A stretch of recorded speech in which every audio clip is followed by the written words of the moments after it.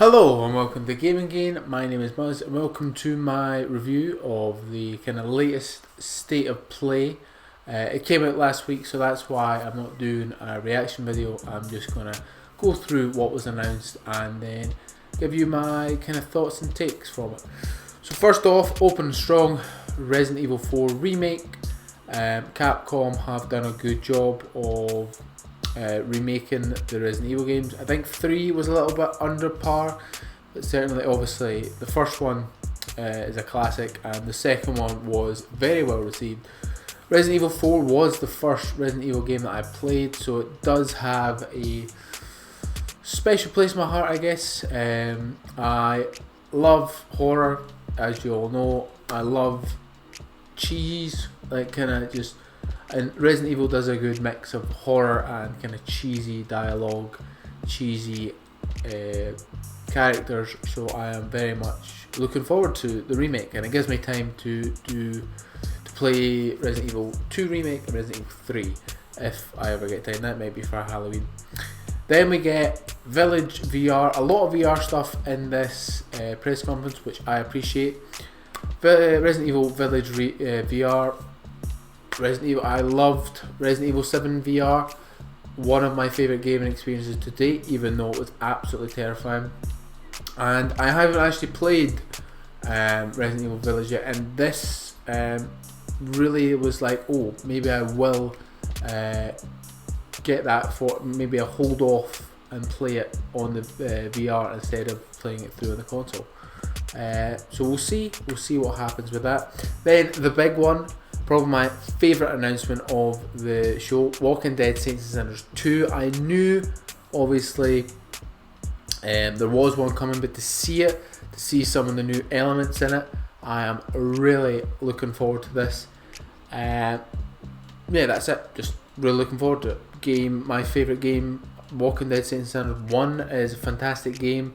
Best VR game on the market, I'd say, that I've played. That and Beat Saber. No matter, this is all for PlayStation VR 2, which is to specify. It's not just for, it might just be for, it might be as well as the PlayStation VR 2. So yeah, we're hopefully going to hear more about that later in the year. No Man's Sky VR. I played No Man's Sky in VR and it wasn't really, I didn't really get into it. No Man's Sky is a game that I've been wanting to get into for a long time, but I just don't have the time. So maybe in VR I'll be able to. Horizon Call of the Mountain. Now this is a built from the ground up PlayStation VR 2 game, and holy smokes, it looks pretty damn good. I am very much going to keep an eye on this one. It seems like you're a prisoner and you've got to climb a mountain to redeem yourself, or you've done something to, you need to climb the mountain to redeem yourself. But you've got, you're shooting the mechanical robot animals with your bow, you're climbing. A lot of scale in this one, which I think VR does very, very well. So yeah, really looking forward to that. Stray is a game about a cat. You are a cat, set in a like kind of futuristic, I don't want to say apocalypse, but there doesn't seem to be very many humans around. There seems to be a lot of robots. But I am digging this, and you get it for free as part of the PlayStation Plus Extra deal. I've not really went into that, how they've changed the model for the PlayStation Plus, but if you're paying for that, it seems like it's going to be a cool game to get. The Callisto Protocol, heavy Dead Space vibes here. It's made by the people who made Dead Space, so that makes sense. This is apparently going to be the first like PlayStation 5 next generation only game.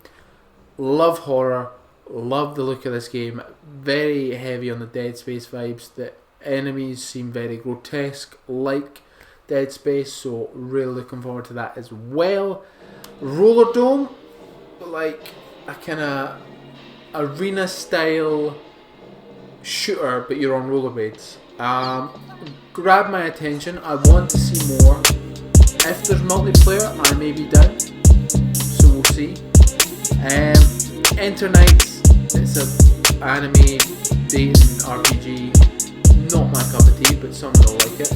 Street Fighter 6, now I don't like fighting games, as we know, but Street Fighter 6 campaign mode got me interested because it seems like you get to create your own character, you get to go through Metro City, which is basically a version of New York, and you get to like level up, I guess. They've not really explained that much about it, but it's a big game.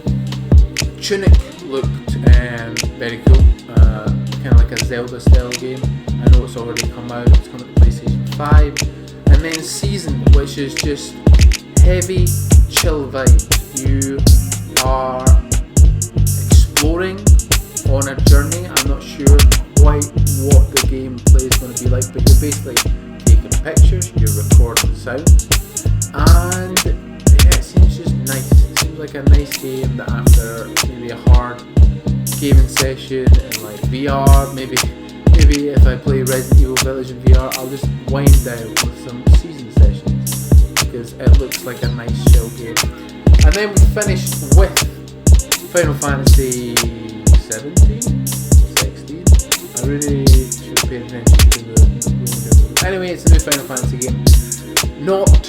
I have never played a Final Fantasy game, and I don't think 16 or 17 is a good place to start, so I'm out of this one. But overall, yeah, this was a good state of play. I enjoyed this. I thought it was good. I thought the games on it were varied. I love that they're really starting to ramp up the VR content now. And yeah, so let me know what you think. What did you think about this game? Did you give it a state of play? Did you